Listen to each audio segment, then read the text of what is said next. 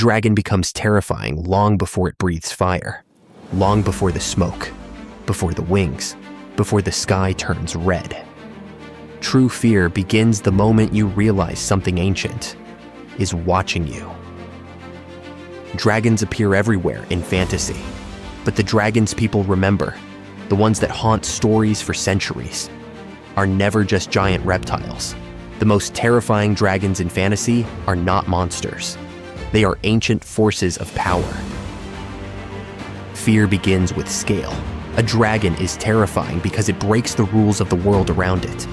When a creature grows large enough to blot out the sun, it stops being an animal. It becomes a natural disaster. But the most terrifying dragons are not the strongest. They are the smartest.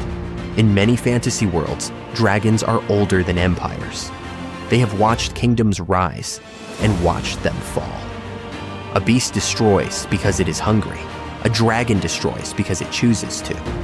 The cruelest dragons in fantasy understand exactly how small the world is beneath them. Some dragons behave like monsters. They burn, they hunt, they rage. But the most terrifying dragons are something far worse. They rule.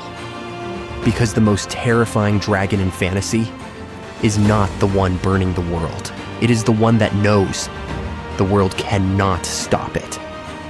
And that raises a question every fantasy story eventually asks, which is truly more terrifying, a raging dragon or a calm dragon that knows it cannot be stopped?